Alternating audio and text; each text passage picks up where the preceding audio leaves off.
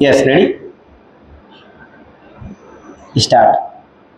Now, I would refer to some of our economic and other problems indicated are not referred to in the address of the president. It is true that the per acre yield of wheat, paddy, and other food articles and increased. It is also accepted that industrial production has increased. It is also admitted that the national wealth has also increased, but the question that has always disturbed the mind of this house and the other house has been how this national wealth has been distributed. I do not subscribe to the position that during this period of progress and development, the rich are getting richer and the poor poorer. But I do feel that the distribution of the wealth has not been equitable, and on the demand of Parliament, a committee was established to go into the matter and report. We have been long awaiting this report. I do hope the finance minister will see that the report and the recommendations of the government are placed before the parliament without further delay. In this connection, I might express our satisfaction regarding the policy adopted by the finance minister about the declaration of the stocks of non-ornamental gold and the issue gold bonds so that we may stop the prevalent smuggling and reduce the invisible and continuing waste of our foreign exchange. I feel this policy has had good effect inside and outside the country, and it has also helped to weaken the deep rooted social habits of gold hoarding, which in the present context is neither in the interest of the holder nor the public at large. I do feel in this respect that the sale of gold bonds has not been as one would have wished it to be, but I hope better publicity will be adopted so that we may have greater sale of the gold bonds and other securities which are intended to help the development of our country. I would refer in the same connection to the question of trade by the breakdown of the talks by the UK regarding the European Common Market. Several questions have arisen, and it is felt in our country and in other countries that some international organ should be established to look after the matter of trade tariff.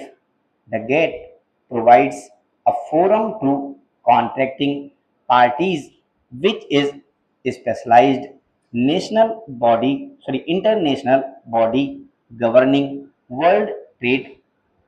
It is a matter of satisfaction that the United Nations is contemplating to have a world conference on trade in March 2004.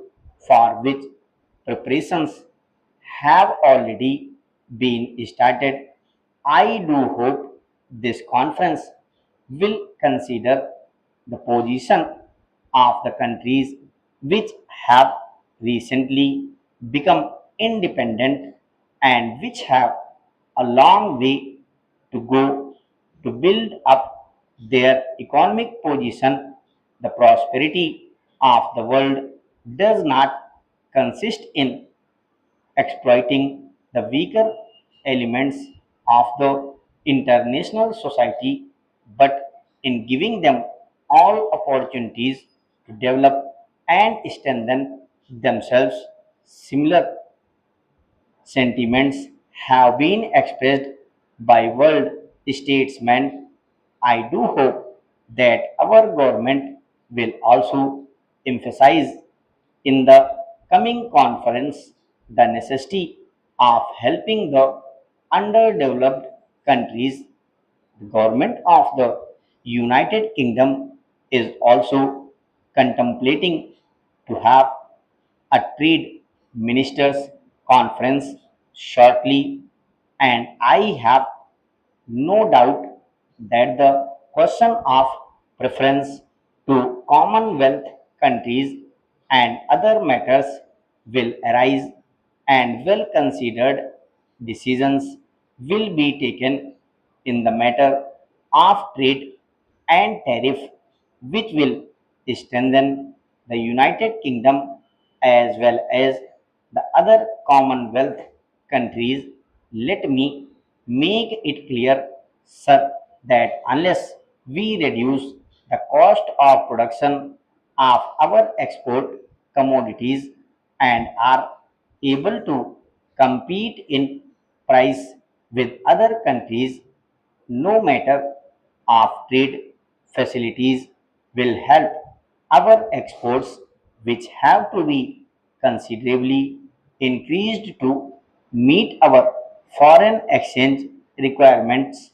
As regards education, I would like to emphasize that as we have to educate our masters in order to have a healthy democracy, we should not grudge expenditure in spreading compulsory primary education as early as possible. But I am more concerned, sir, with the question of the quality of education. I have stressed many a time, and I would repeat again that the education that is being imparted to our young generation does not contain the material to develop our patriotic urge on national scale and our moral urges to feel or make our children feel one with humanity. The education ministry will have to take into consideration the question of prescribing certain standard textbooks so that the education that the younger generation will receive will be different from that which has been given so far with communal and sectarian bias. I would also appeal to the education ministry to see that the textbooks are made very cheap. The cost of textbooks and other exercise books is becoming very heavy, and it will not be possible for a person of moderate means to supply these necessary articles to the students. Nothing is more detrimental to the interests of the country than the education which creates prejudice